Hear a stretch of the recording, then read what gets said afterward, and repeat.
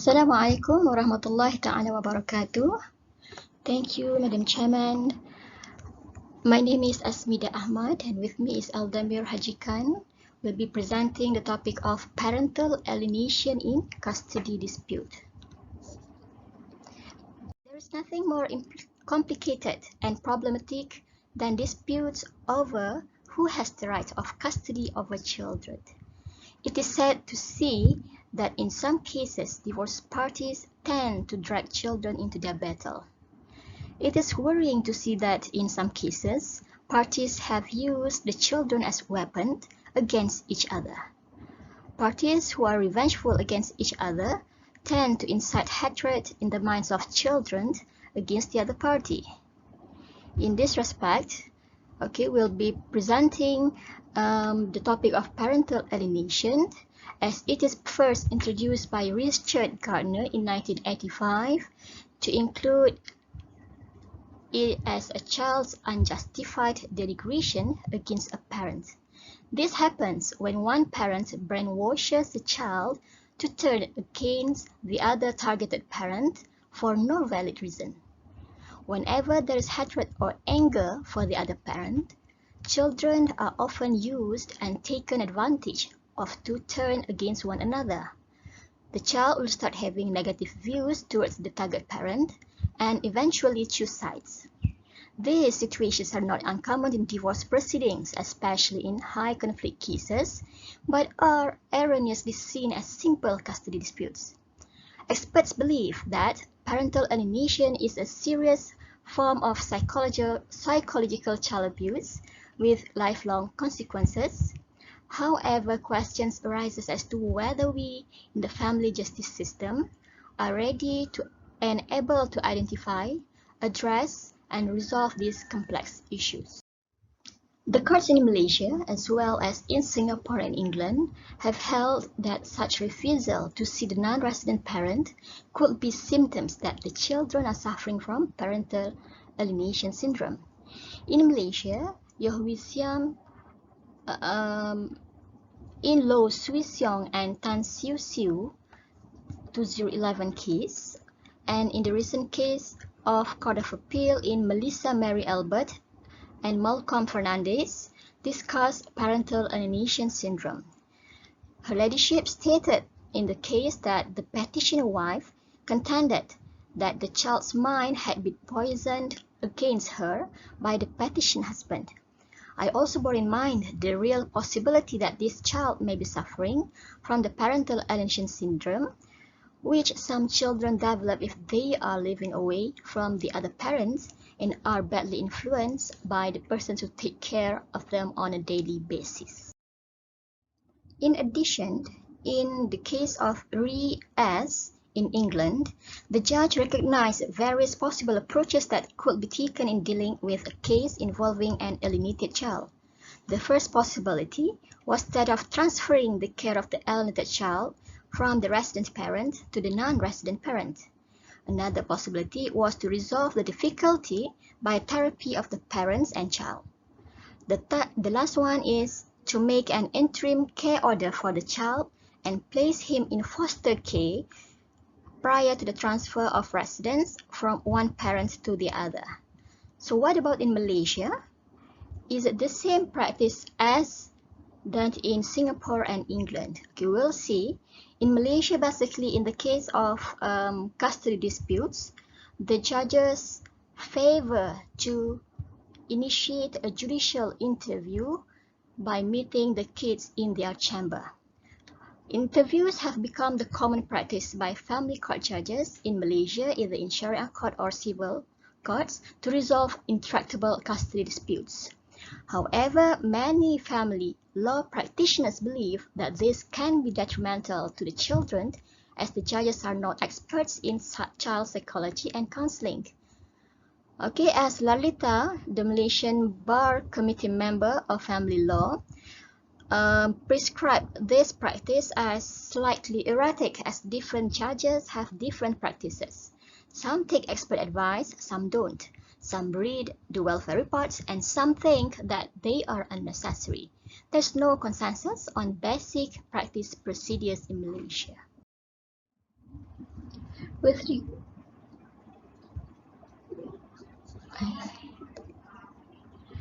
with regard to international commitment, Malaysia has signified to the UNCRC, the United Nations Convention on the Rights of a Child, okay, whereby there are several guiding principles under which protect the child's rights. Okay, the first one is in Article 3, whereby it provides that the best interests of children must be the primary consideration before making any decision that may affect their lives. And then in second article, it is provided in Article 12, whereby it provides for right to participation. And the third one is in Article 2, right against non-discrimination. And last one in Article 6 on the right to survival, development and protection. Further on in Article 12, it provides that state parties shall assure to the child who is capable of forming his or her own views the right to express those views freely in all matters affecting the child, the views of the child being given due weight in accordance with the age and maturity of the child. For this purpose, the child shall in particular be provided the opportunity to be heard in any judicial and administrative proceedings affecting the child, either directly or through a representative or an appropriate body in a manner consistent with the procedural rules of national law. Based on the previous article, which I have read to you, on Article 12 of the UNCRC, it provides the child with the right to participate. Okay, basically the term participation is often used simply to mean being listened to or consulted. In this sense, the term connotes an extremely inactive undertone. This is in contrast to active participation, which could imply on the presumption that the children in one way or another have the power to make a difference with their involvements. Participation in this context is undertaken with the very specific purpose of enabling children to influence decision-making and bring about change, whether this is in respect of decisions about individuals, wealth management services, decision-making structures, and others. Basically, participation can be defined as informing children about what is happening about the separation rather than leaving them to imagine what it means. The children's tendency to participate does not mean that they want to be a decision maker, but they thought such practice is one of the main determinants of the perception that the decision-making process is fair, even if the outcome is not the one that what is wanted. Okay, basically, in this figure 1, okay, I brought to you the concept on child participation, under which Landy in 2007, okay, provides that participation can be divided into 4 separate segments, which promise the successful implementation of Article 12. The factors are space and voice, okay, and audience and influence. The first 2 factors, i.e. the space and voice, corresponds to the first right embodied in Article 12, i.e. the right to express view, whereas the last 2 factors, that is influence and audience, respond to the right to have the views given due weight. Basically, what we have in Malaysia, okay, looking into our local legislation, we have 2 different types of legislation which governs the civil marriage under the Law Reform Marriage and Divorce Act 1976, and for the Muslims it is under Islamic Family Law Enactment. Both legislation, both laws provides the same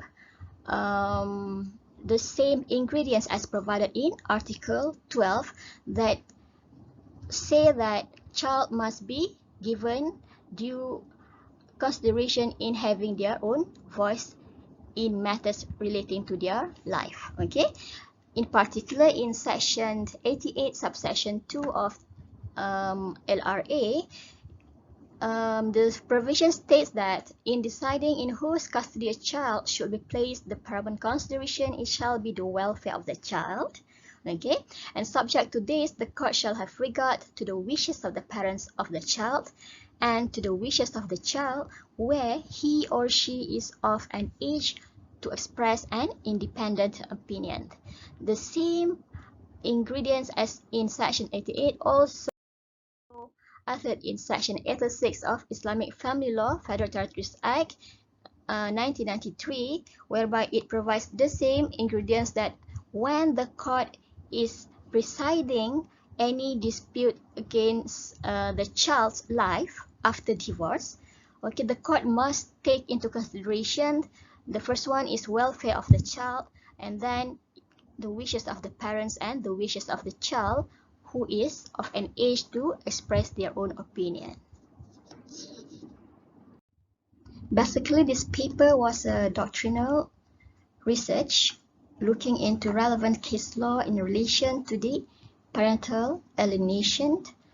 And in this regard, okay, we have done screening process to search for the relevant case law in LexisNexis.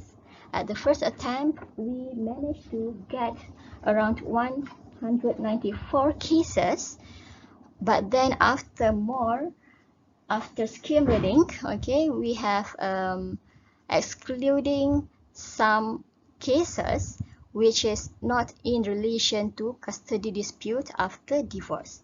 Okay, and at the later stages after the exclusion stages and upon skim reading, the number of cases which is relevant to this study is only 7. Let's begin discussing the result from which derive from the 7th case law. This slide shows the first result after the document analysis was taken, okay, in the 7 cases, whereby by comparing to the IFLA 1984, Islamic Family Law Act 1984, okay, it provides that the Sharia court must take into consideration on the physical, moral, and emotional well-being of the child, and the one who is entrusted with hadana must be capable of giving the child the care, love, and affection that the child may need. And the last one, that the hadina or the custodian should live in a conducive environment in order to protect the child from any harm.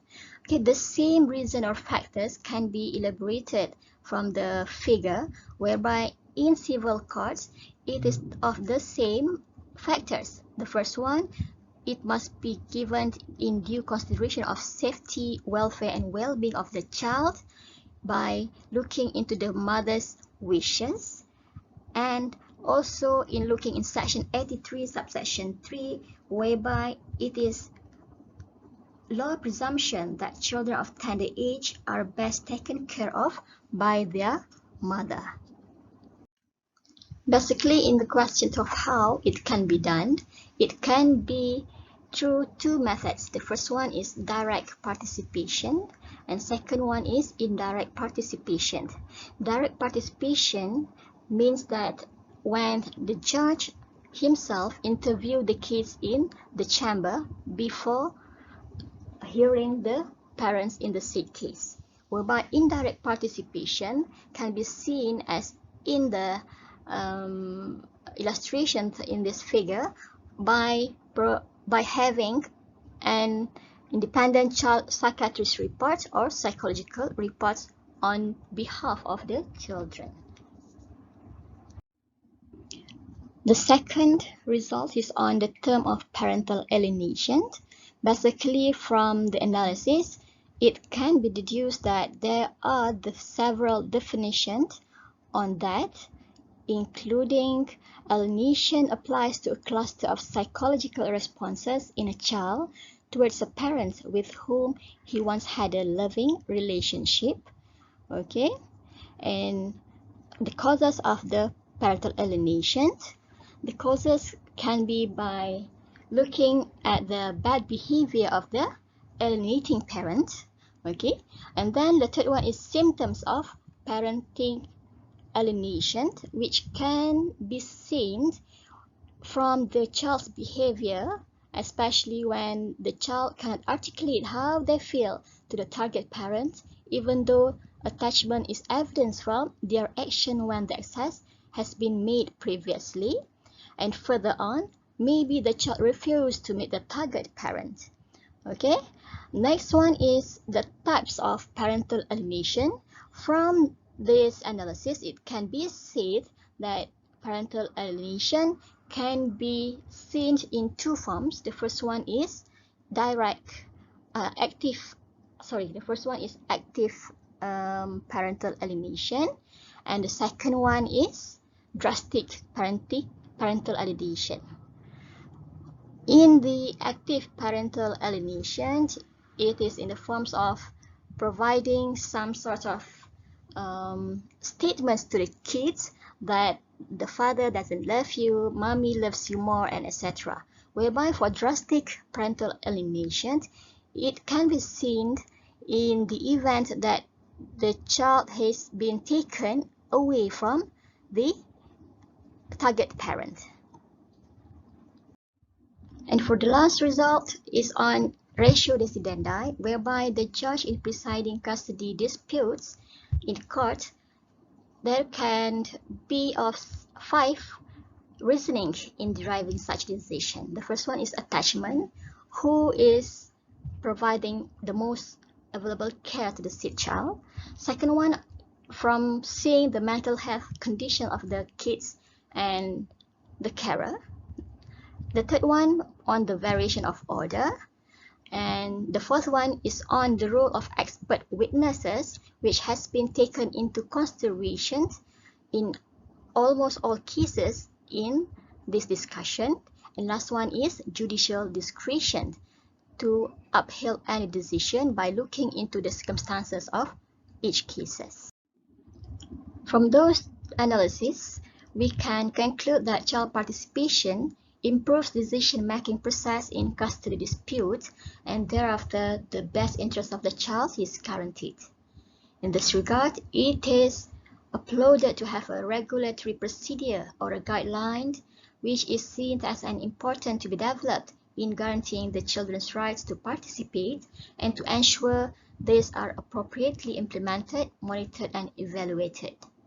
Judicial interview is considered as an important tool before the judge can make a decision in matters involving custody disputes, especially which involves parental alienation.